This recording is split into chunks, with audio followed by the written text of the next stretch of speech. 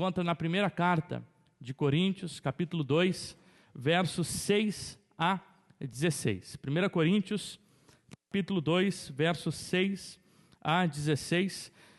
Mantenha a sua Bíblia aberta, a gente não vai ler todo o texto agora, a gente vai lendo aos poucos. Eu quero ler apenas o versículo 6, e aí depois a gente vai lendo até o final do texto. Versículo 6 de 1 Coríntios, capítulo 2, diz assim: no entanto, transmitimos sabedorias entre os que são maduros, não, porém, a sabedoria deste mundo, nem a dos poderosos desta época, que são reduzidos a nada.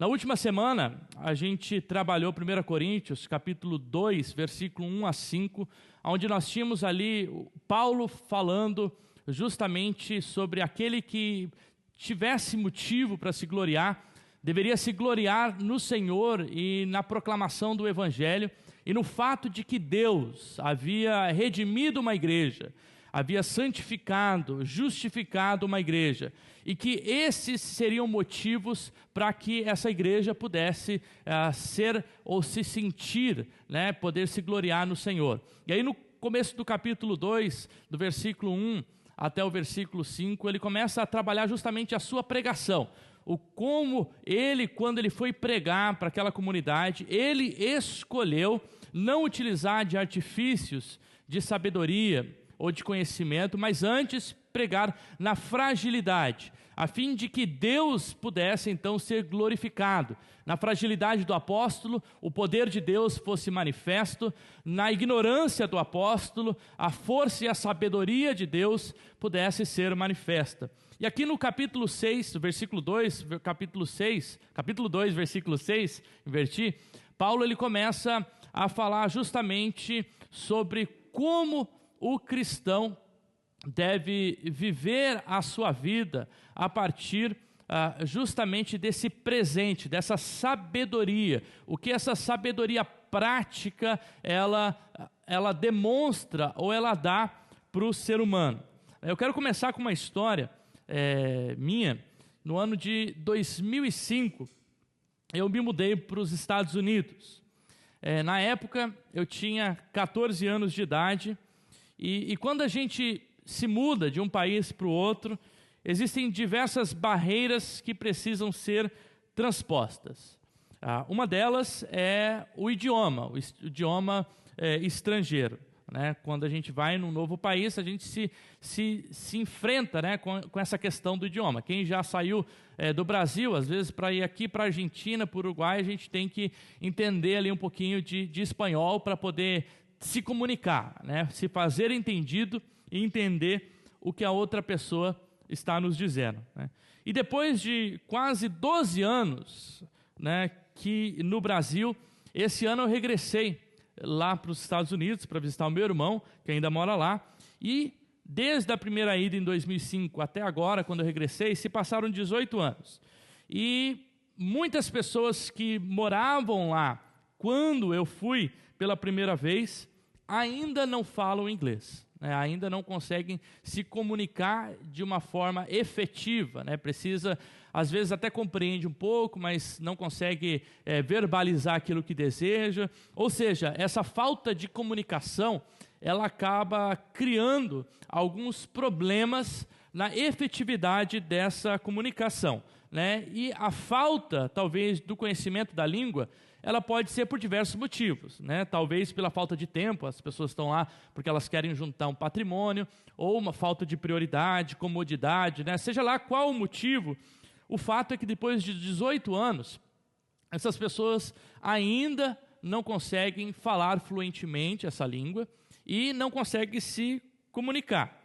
E que a falta desse conhecimento desse idioma, muitas vezes pode causar um erro de comunicação ou uma falta de compreensão no processo da comunicação. Por exemplo, quando eu cheguei nos Estados Unidos, no segundo dia, ou terceiro dia que eu estava lá, meu pai arranjou um emprego para mim. 14 anos, jovem aprendiz, para trabalhar num restaurante.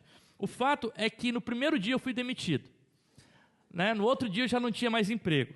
Não sei até hoje o motivo. porque eu não entendia nada que eles falavam, e eles também com certeza não entendiam aquilo que eu falava para eles. Talvez o motivo seja justamente esse, né? O fato de que eu me propus a trabalhar ali naquele restaurante, mas eu não tinha a compreensão nenhuma daquilo que estava sendo comunicado para mim. No texto que a gente vai ler, de 1 Coríntios, capítulo 2, do verso 6 a 16, o apóstolo fala sobre um tipo de sabedoria que desde a eternidade Deus escolheu reservar e revelar às pessoas. No entanto, nem todos possuem a capacidade de discernir o mistério revelado por Deus.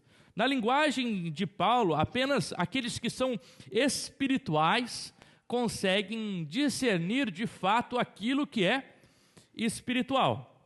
Talvez você já tenha tido a oportunidade de pregar as boas novas ou o evangelho para alguém. E quando você comunica as boas novas do evangelho, a pessoa simplesmente rejeita ou não entende a mensagem da salvação, porque aquela mensagem não faz qualquer sentido para aquela pessoa. A gente leu no capítulo 1 que a cruz de Cristo é justamente essa palavra de loucura e de escândalo para aqueles que não creem. E de fato ela se torna então incompreensível para muitas pessoas, porque o Espírito ainda não iluminou o coração delas. É como se eu estivesse falando uma língua e a outra pessoa estivesse falando uma outra língua, totalmente incompreensível, e ela não consegue entender o motivo ou a necessidade de aprender aquela língua ou de realmente receber aquela mensagem. A mensagem do Evangelho é justamente para esses que não creem, pura loucura e ela tem, né, uma incompreensibilidade muito grande para essas pessoas. É como um brasileiro que tenta se comunicar em inglês sem saber nada do idioma. E talvez alguns de vocês já viram alguns memes do que acontece quando alguém que não sabe falar o idioma se propõe a tentar falar o idioma, né? Sai uma coisa totalmente horrível ali. Mas para Paulo aqui existe um tipo de linguagem, uma sabedoria, uma vida que caracteriza aqueles que são maduros espiritualmente. Existe uma linguagem falada por aqueles que receberam do mistério de Deus, o mistério que faz com que nós compreendamos espiritualmente as coisas e discernimos a nossa vida também de forma espiritual. Aqui no versículo 6, ele começa justamente dizendo que ele transmite sabedoria àqueles que são maduros, não com a sabedoria deste mundo, nem a dos poderosos da época que são reduzidos a nada. Toda mãe sabe a necessidade de falar com a sua criança de acordo, ou com o filho, com a filha, de acordo com a idade do filho ou da filha. Toda pessoa, ela passa por um desenvolvimento físico, um desenvolvimento motor, um desenvolvimento cognitivo, um desenvolvimento na linguagem, e durante a sua vida, então, ela vai compreender a linguagem de forma diferente. Por exemplo, na fase pré-linguística, a criança começa a reconhecer sons e padrões de fala, mas ainda não consegue compreender significados, né? Na fase de linguagem receptiva, essa criança já começa a entender o significado das frases, das palavras e de algumas frases, como pegue a bola, tchau, oi, cachorro. Algumas palavras que talvez vão dar um sentido completo para aquela criança e ela consegue compreender o seu mundo a partir dessas pequenas palavras. Depois de um tempo, a criança começa a entender as coisas de uma forma um pouco mais literal e em estruturas semânticas e gramaticais que sejam mais simples e às vezes entender até alguns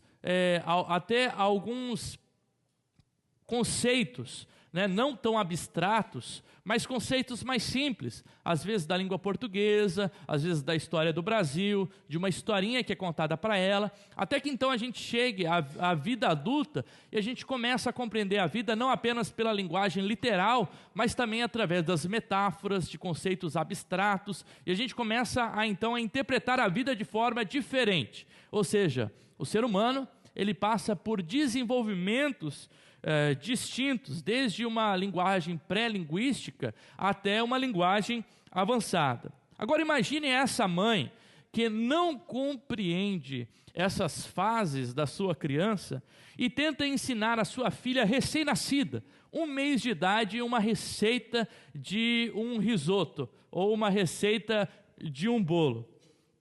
O que vai acontecer? Qual o problema desse ensinamento dessa mãe que tenta ensinar a seu filho uma receita de fazer um bolo? Para a gente parece algo tão simples, fazer um bolo, segue a receita, né? Tem gente que nem precisa de receita. Quando eu vou cozinhar alguma coisa, eu vou para o YouTube, vejo alguém cozinhando, repito, e esse método de repetição acaba que na maioria das vezes dá certo, né? Então a gente passa por esse processo de compreensão daquela informação que está sendo nos dada. Agora essa mesma mãe, ela chama o seu filho, a sua filha de 15 anos de idade e passa essa receita para esse adolescente fazer. Esse adolescente, ele vai conseguir fazer essa receita simples? Vai, né? Na maioria das vezes vai, né? Pode ser que não saia, né? Mas ele vai compreender pelo menos aquilo que a mãe deseja que ele faça, ou para o filho ou para a filha.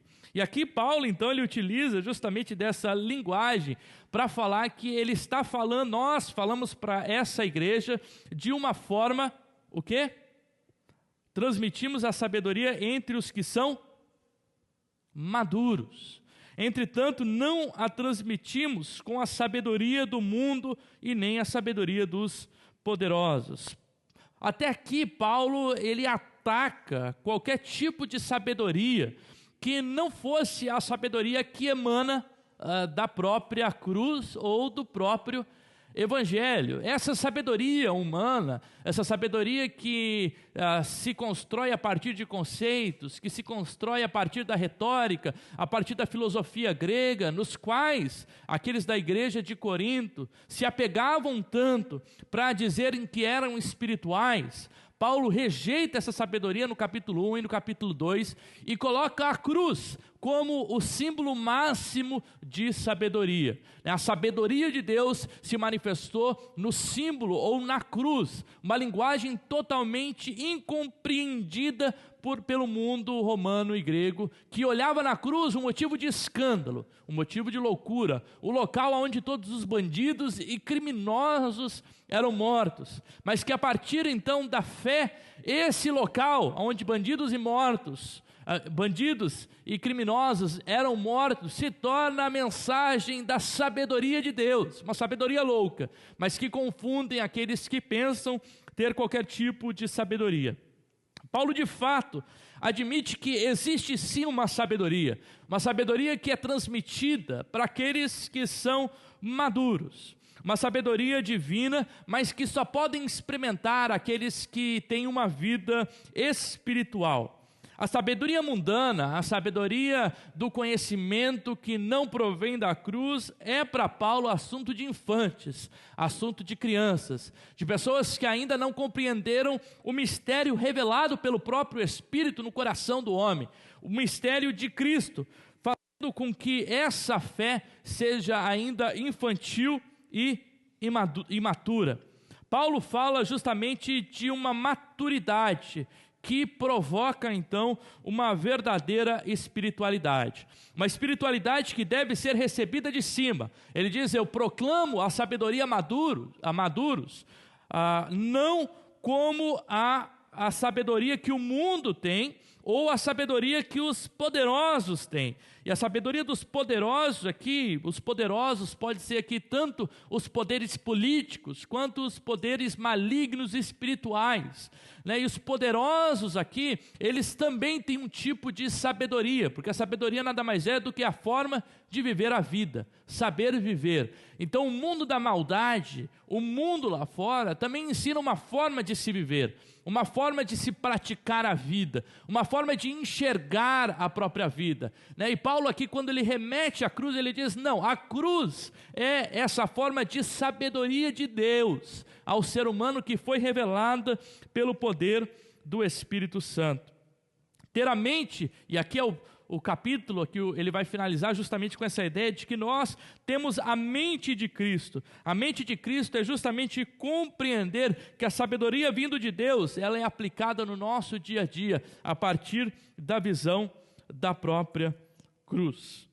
É melhor então aqui nós entendermos a sabedoria de Deus como aquilo que Deus escolheu revelar ao ser humano. Paulo ele faz então aqui dois contrastes nesse texto que a gente está lendo. Primeiro ele vai falar de pessoas que são maduras, pessoas que recebem de forma madura. E o contrário disso a gente encontra no capítulo 3, versículo 1. São aqueles que são infantis, aqueles que ainda, como diz lá em outros lugares, que ainda mamam um leite espiritual e que não cresceram. São pessoas de 30 anos, 40 anos na fé, mas que ainda não conseguem receber a linguagem da receita de bolo, né? Não conseguem compreender a receita do risoto, né? Porque essas pessoas, embora estejam tanto tempo na igreja, estão ainda balbuciando. E Paulo está falando, eu falei com vocês como pessoas maduras, mas essa maturidade que eu passei para vocês não é a maturidade que muitos de vocês procuraram no conhecimento prático da vida, na filosofia grega, na retórica, e nada disso em si é em si mesmo negativo. O grande problema é que esse tipo de sabedoria pode nos ensinar muitas coisas, mas não nos ensina como relacionar a Deus, se relacionar com Deus, mas não nos ensina a respeito da mensagem da salvação, da graça de Deus, eficaz no coração do ser humano, capaz de transformar e de salvar e de redimir o ser humano. A sabedoria do mundo, ela pode nos ensinar a partir da ciência, pode nos ensinar acerca de tantas coisas, né? Que, por exemplo, a filosofia, a medicina, a química, a física, os conselhos, né, de sabedoria dos nossos avós, dos nossos pais, das mães, né, são ensinamentos válidos para a vida e que nos trazem sim uma melhor forma de nós, muitas vezes, vivermos a nossa vida enquanto ser humano. No entanto, nenhuma dessa sabedoria, que é o que Paulo está dizendo aqui, nem dessa que vem do mundo, nem dessa que vem dos poderes, né, que é aquilo que eles buscavam, pode nos ensinar o caminho para Deus de uma vida redimida. A sabedoria do mundo é aquela que buscamos durante toda a vida. Queremos aprender a viver melhor a nossa vida. Na sabedoria humana, aprendemos lições preciosas à vida. No entanto, essa é incapaz de descortinar, tirar aquilo que está oculto do mistério da revelação de Deus. Paulo associa justamente o termo aqui em Corinto àqueles que numa tentativa egocêntrica, às vezes infantil, tentam manipular as coisas a fim de benefício próprio. A verdadeira sabedoria, aquela que vem de Deus, produz pessoas maduras, pessoas completas. A palavra aqui, madura, é justamente uma pessoa que é completa, uma pessoa que chegou à quase perfeição. Sabe quando Paulo diz assim, não que eu já tenha alcançado, mas uma coisa eu faço, eu prossigo para aquelas coisas que estão diante de mim, a fim de que eu seja um varão perfeito, um varão completo. Esse tipo de maturidade é alcançado por aqueles que entendem a espiritualidade que é descortinada pelo próprio Deus. Versículo 7, Paulo continua dizendo, pelo contrário, transmitimos a sabedoria de Deus em quê? Em mistério. A sabedoria que estava oculta, a qual Deus predestinou desde a eternidade a nossa glória. Paulo vai falar então de dois tipos de sabedoria: a sabedoria que é revelada pelo Espírito, como um mistério revelado, e a sabedoria que é descoberta pelo ser humano. Os da igreja de Corinto pensavam que a redenção e a salvação estavam no âmbito dessa sabedoria que poderia ser descoberta, essa sabedoria que poderia ser achada. E aí Paulo diz: não, eu transmito a sabedoria de Deus, e essa sabedoria ela se revelou a partir do mistério, a partir daquilo que o homem não pode compreender, chegar 1 mais 1 igual a 2. No entanto, essa sabedoria que estava oculta, Deus predeterminou e predestinou antes de todas as coisas. Quando nós olhamos o Antigo Testamento, nós vemos esse descortinar acontecendo aos poucos, né? Gênesis 3,15, já temos ali uma profecia acerca de Jesus. Isaías fala do servo sofredor, né? Então pouco a pouco nós vemos esse lampejo da revelação, esse descortinar de Deus, da sua revelação aos poucos, até que então nós chegamos no clímax, que é o próprio Jesus, a revelação que agora não está mais oculta, mas que Deus desvela, que Deus abre para o ser humano, mostrando então qual é o caminho da verdadeira sabedoria. A sabedoria do ser humano procura compreender a partir da sua razão. Ela precisa querer compreender e controlar a própria vida. No entanto, quando Deus nos mostra que a sua sabedoria, ela está no campo do mistério, no campo daquilo que é desvelado por Ele, Ele mostra que a salvação ela não pode ser controlada, a salvação ela não pode muitas vezes nem sequer ser compreendida, mas ela precisa ser aceita, porque de braços abertos, Cristo morre num calvário, numa cruz, a fim de que nós tenhamos vida. Essa revelação então, ela é transmitida em mistério, predestinada desde o começo, e a revelação do mistério da cruz não é fruto do acaso, fruto de um acidente, né? Agora o ser humano pecou e eu preciso prover a salvação para ele. Não, Paulo nos diz que desde a eternidade Deus predestinou o seu Filho para que morresse numa cruz, a fim de que nós pudéssemos alcançar a verdadeira salvação. Deus mostra o seu esplendor pela cruz, aonde a glória de Deus é revelada em nós, por meio da cruz de Cristo. Versículo 8, Paulo diz: nenhum dos poderosos desse mundo conheceu essa sabedoria, porque se tivessem conhecido, jamais teriam crucificado o Senhor da glória. Ou seja, porque para essas pessoas não foram reveladas, nem para o Império Romano. Perceba aqui que quem era o Império Romano? O Império Romano era aquele que detinha o poder da sabedoria política, da força. Lembra que Paulo está falando, aquilo que foi revelado para vocês não foi revelado na força, não foi revelado no poder dessas pessoas. Quem eram aqueles acusadores? Os judeus que acusaram Jesus, eram aqueles que tinham uma sabedoria da Torá, a sabedoria religiosa, e nem sequer na sabedoria religiosa foram capazes de reconhecer em Cristo também o Messias. Foram justamente essas pessoas que tinham a sabedoria do mundo, a sabedoria do poder, a sabedoria do conhecimento, que crucificaram a Jesus. É isso que Paulo está dizendo. E ele continua no versículo 9, esse texto a gente conhece, dizendo: mas como está escrito, nem olhos viram, nem ouvidos ouviram, nem jamais penetrou no coração humano aquilo que Deus preparou para aqueles que o amam. Nós não sabemos bem de onde vem essa citação, né? Paulo diz que está escrito, né? Talvez os estudiosos entendem que seja uma mistura de Isaías 64:4 com Isaías 65:17, e Paulo faz aqui uma citação, uma paráfrase, né? Ele está citando aqui de forma não literal esses dois textos, mas de fato o que Paulo está trazendo aqui é que justamente aquilo que olho não conseguiu perceber, que ouvido não conseguiu ouvir e que nem penetrou, é o que Deus preparou para aqueles que o amam. Que tipo de sabedoria do mundo, de Deus, Paulo está aqui dizendo que Deus revelou? Nós muitas vezes utilizamos esse texto para pensar na ideia de eternidade, né? Aquilo que os olhos não viram, que o coração não sentiu, que o ouvido não ouviu, é o que Deus tem preparado. Ou utilizamos esse texto para dizer assim: irmão, você está passando por problema, mas olha, aquilo que o teu olho não viu, o teu ouvido não ouviu, o teu coração não entendeu, é o que Deus tem preparado para você. Mas aqui, claramente, o texto não está falando disso, claramente Deus está falando dessa revelação da salvação por meio da loucura da cruz. E nenhum olho conseguiu perceber, e nenhum ouvido conseguiu ouvir, e nenhum coração pensava. Embora aqueles do Antigo Testamento tinham um lampejo daquilo que poderia acontecer, até aguardavam o Messias que viriam, somente quando esse presente maravilhoso da cruz de Cristo que nos salva foi dado a nós numa cruz, é que então a sua salvação ela se desvela ao ser humano.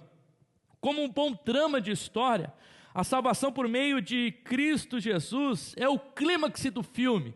Nas cenas anteriores do Antigo Testamento, a gente acha algumas pistas, alguns lampejos da revelação da salvação.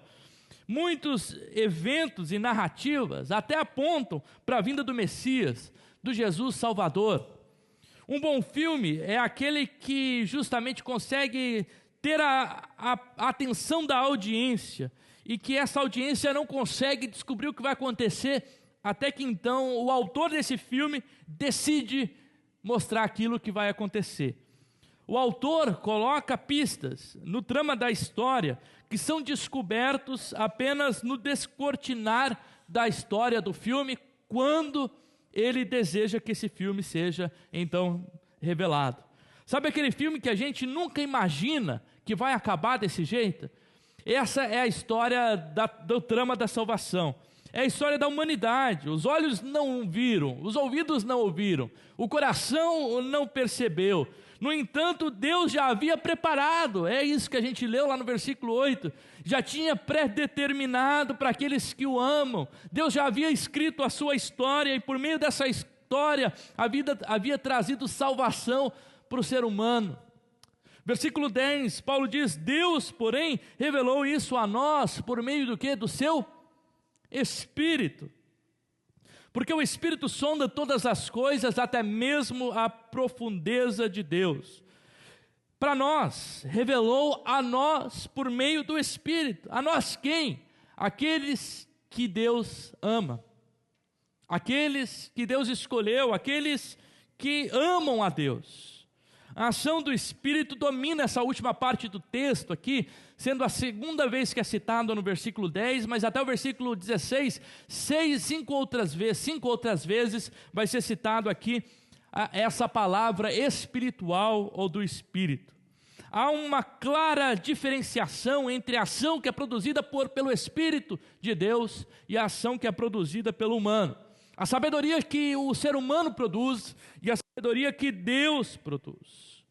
Aqui nós colocamos que o principal propósito não é mostrar o conteúdo dessa sabedoria de Deus que foi desvelada, mas é justamente apontar de que essa salvação nos alcançou e de que nós agora, aqueles que são maduros, Paulo diz: eu transmito a vocês uma mensagem de acordo com aqueles que são maduros. Aqueles que são maduros agora compreendem que a maturidade espiritual tem a ver com uma vida guiada pelo próprio Espírito. Porque se é o Espírito de Deus que discerne as coisas de Deus, até mesmo as profundezas de Deus, somente alguém que possui o Espírito de Deus consegue compreender as coisas de Deus.